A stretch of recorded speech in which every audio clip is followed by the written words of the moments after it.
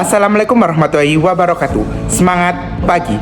Perkenalkan, nama saya Muhammad Saif Ali, peserta Latsar CPNS dari Badan Nasional Pencarian dan Pertolongan Angkatan 14 Kelompok 2. Pada kesempatan kali ini saya akan menyampaikan learning journal untuk agenda ketiga hari kedua yang dipandu oleh Ibu Novi Wulandari sebagai pengampu materi.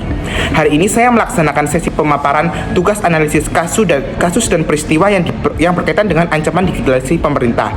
Sesi pemaparan materi berjalan sangat interaktif karena setiap kelompok itu diberikan kesempatan untuk memaparkan, lalu ditanggapi dan direview langsung oleh pengampu dan kelompok lain. Nah, kelompok satu itu mempresentasikan tentang serangan terhadap Pusat Data Nasional atau PDN. Itu mereka menjelaskan bagaimana serangan bisa melumpuhkan banyak layanan publik termasuk bandara, data kependudukan. Nah, dari sini tuh saya belajar bahwa kelemahan infrastruktur dan backup data yang tidak memadai itu menjadi salah satu faktor utama terjadinya krisis ini.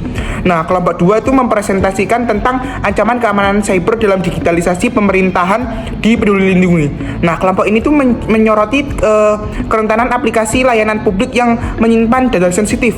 Nah, dari situ tuh saya memahami pentingnya security by design dalam setiap aplikasi pemerintah. Nah, kelompok 3 tuh merupakan kelompok saya sendiri tuh mempresentasikan tentang sistem website pemerintah yang lemah sehingga data rakyat tuh rawan disalahgunakan. Nah, pemaparan itu membahas tentang celah keamanan website pemerintah yang sering diretas sehingga itu data masyarakat itu bisa diperjualbelikan di dark web.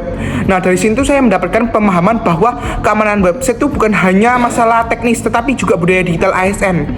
Sedangkan kelompok 4 tuh mempresentasikan tentang kebocoran data di Kominfo. Jadi itu menjadi refleksi etik ASN dan perlindungan hak publik. Kelompok 4 tuh menekankan aspek etika nilai ASN, bagaimana transparansi, akuntabilitas dan perlindungan hak publik seharusnya ditegakkan. Nah, dari sini tuh saya menyadari bahwa menjaga kerahasiaan data adalah bentuk tanggung jawab moral seorang ASN. Nah, sedangkan kelompok 5 itu mempresentasikan tentang analisis kasus kebocoran data BPJS tentang kesehatan tahun 2021. Kasus ini membuka wawasan bahwa kebocoran 279 data penduduk yang menimbulkan dampak serius seperti pencurian identitas, penipuan, hingga kerugian kepercayaan publik.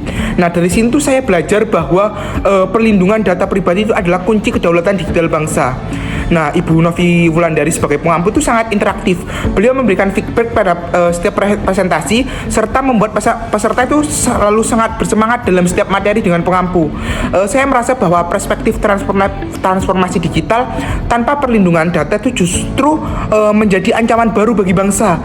Saya merasa sangat berkesan dengan cara Ibu Novi Wulandari itu. Saya berharap kedepannya Ibu Novi Wulandari itu tetap bisa membagikan semangat, ketegasan serta inspirasi dalam setiap sesi pembelajaran. Dari pembelajaran hari ini tuh saya belajar bahwa smart ASN tuh harus kompeten dalam literasi digital.